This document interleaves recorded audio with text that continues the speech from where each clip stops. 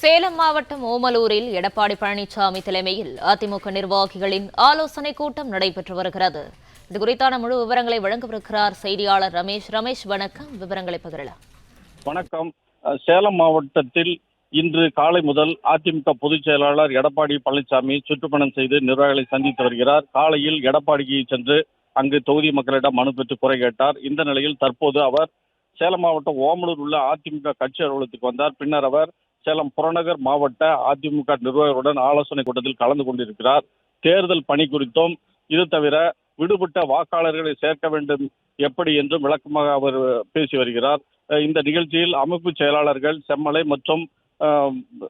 மற்றும் அதிமுக சட்டமன்ற உறுப்பினர்கள் திரளாக கலந்து கொண்டிருக்கிறார்கள். இந்த நிகழ்ச்சி முடிந்த பின்னர் விமானம் மூலம் சென்னைக்கு அவர் செல்ல உள்ளார். விவரங்களுக்கு நன்றி ரமேஷ். பிளே ஸ்டோர் மற்றும் ஆப் ஸ்டோரில் இருந்து பாலிமர் செயலியை QR கோடு மூலம் பதிவிறக்கம் செய்யுங்கள். செய்திகளை உடனுக்குடன் பெறுங்கள்.